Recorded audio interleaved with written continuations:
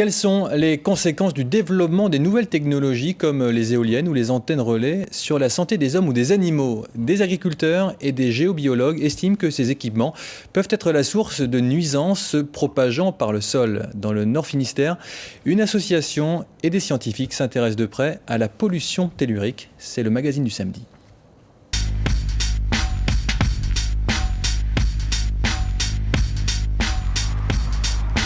Si pour certains, la radiesthésie relève de la croyance, d'autres en ont fait un de leur outil de travail.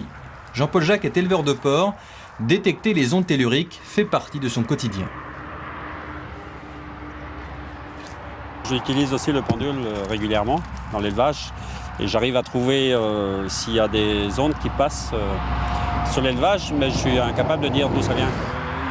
Il a constaté que l'implantation d'antennes relais, d'éoliennes, de lignes à haute tension ou de transformateurs électriques avait un impact sur le comportement de ces bêtes, pouvant même provoquer de la mortalité dans l'élevage. Pour lui, le pendule est loin d'être accessoire. Pratiquement tous les éleveurs de porcs ont leur pendule. Ça c'est... Ici, Et bon, tout le monde n'arrive pas non plus à avoir le fluide, disons. Mais bon, la plupart non. Personne n'en parle. Entre nous aussi, parce que pour nous c'est un gros souci. Une fois les anomalies telluriques détectées, il fait appel à Jean Huguin. Le radiesthésiste intervient depuis des années dans des élevages du Finistère pour rétablir l'harmonie des lieux et agir sur la santé des animaux perturbés par un phénomène difficile à définir. Une information qui est captée par le vivant, par la cellule, et qui fait que les animaux réagissent et tous les gens, nous, on réagit aussi. Ils commencent par se mordiller les oreilles, sur les flancs, et après, il y a des cochons sûrement qui réagissent plus que d'autres. S'il y a un cochon qui est plus agressif, il va plus arrêter de chercher du sang. En fait, ils vont jusqu'à se tuer. Si Jean-Paul Jacques est depuis des années particulièrement sensible à la géobiologie, d'autres éleveurs ont brusquement découvert la discipline, contraints et forcés.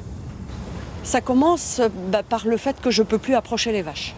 Au fur et à mesure, les vaches partaient en courant devant moi. La deuxième chose, on a vu certaines vaches qui refusaient de monter dans le robot. La troisième chose, on s'est retrouvé avec des vaches qui ne montaient plus dans le robot, donc avec des écarts de traite très importants. De là, mamite, lait à jeter, produits vétérinaires, coûts non économiques. Comment, presque du jour au lendemain, après l'implantation d'une éolienne, un élevage peut-il voir sa production de lait baisser ou des bêtes s'entre-dévorer? C'est un des champs d'études d'Alexandre Ruzanov. Tout est fissuré. Le sol qui bouge en permanence. L'ancien directeur de la Société géologique d'Ukraine réside aujourd'hui en Bretagne.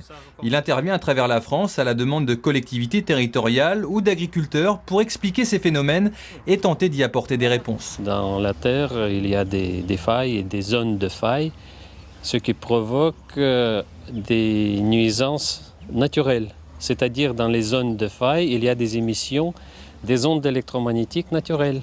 Et ce n'est pas EDF, c'est la Terre qui génère ces émissions. Et ça peut provoquer les perturbations au niveau du corps humain, au niveau des animaux. Et l'homme, il a ajouté actuellement des nouvelles perturbations. Là, j'appelle ça les nuisances géo-industrielles. Les sources de ces nuisances sont pour les géobiologues toutes les structures verticales disposant d'une mise à la terre. Pylônes, antennes relais, châteaux d'eau, etc., etc. Des générateurs de nuisances plus ou moins importantes selon leur emplacement. Les gens aujourd'hui ne tiennent plus compte des emplacements pour positionner donc, des structures dans le sol. Autrefois, quand les gens posaient des menhirs, c'était pas n'importe où, c'était bien sur des lignes de force et on se rend compte, quand on travaille sur les cartes, que tous les menhirs étaient reliés entre eux par des lignes d'énergie.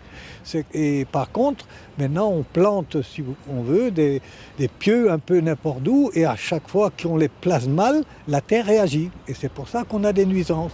Des nuisances qui ne sont pas irréversibles. Appelé Berchrist, le promoteur éolien a joué le jeu avec Jean Huguin en lui permettant d'installer des dispositifs. Des galettes à base de silice, de poudre de plantes et de roches qui, une fois posées, rétablissent l'équilibre tellurique de la zone. Ah c'est ça, Jean, la galette alors du coup, C'est ça, oui. Elle était à l'extérieur avant, et puis bon, mais là, à l'intérieur, ça marche à tous les coups. C'est plus facile. Une galette tenant dans la main, capable d'annuler les nuisances, le principe heurte le cartésien et rationaliste. Jean Huguin, pour moi, c'est un druide, je lui ai dit et j'en plaisante. Voilà, avec son pendule, etc., c'est des choses que moi, je ne peux pas mesurer. Donc il y a toujours cette part d'irrationnel, que bon, pourquoi pas à la fois, pourquoi pas, on ne peut pas peut-être avoir la main mise et maîtriser tout. Et je ne suis pas contre. Mais moi, tant que je ne peux pas le prouver scientifiquement, effectivement, j'ai du mal à adhérer à cette logique. Je constate pour autant qu'effectivement les élevages bovins et porcins, eux, retrouvent un certain calme, et mes riverains retrouvent une certaine tranquillité également. Voilà, j'en suis ravi. Un constat partagé par Chantal Mérien. Début 2008, après 3 semaines de perturbations, le calme est revenu après l'intervention sur les éoliennes. Donc M. Huguin m'a averti qu'il avait mis ses dispositifs à peu près vers 17-18 heures ce soir-là. Et le lendemain matin, déjà, je pouvais approcher mes vaches sans qu'elles partent en courant. Le deuxième phénomène, ça a été déjà le dimanche, il y avait plus, j'ai pas trouvé d'autres mamites. Et puis au fur et à mesure, on a vu que ça s'est arrangé, quoi. Si le promoteur éolien a accepté de témoigner au grand jour, des opérateurs de téléphonie mobile comme Bouygues Télécom, bien qu'ayant fait appel au service de Jean Huguin par le passé, ont préféré ne pas répondre à nos questions. La pollution tellurique, sujet sensible. Les microbes, par exemple, ils existaient depuis la création de la Terre, mais avant l'invention de microscopes, on ne savait pas qu'il existe. C'est pareil avec ces nuisances-là. On a la preuve de l'impact de ces nuisances-là. Il ne s'agit pas de quelques cas ou bien dizaines de cas. Il s'agit des centaines, par exemple, d'élevages en France qui sont perturbés par ces phénomènes-là. Et ce qui est valable pour les animaux le serait donc aussi pour les autres formes du vivant, et donc l'homme. L'influence d'une éolienne ou d'une antenne relais ne se limiterait pas au bruit qu'elle dégage ou aux ondes aériennes qu'elles émettent.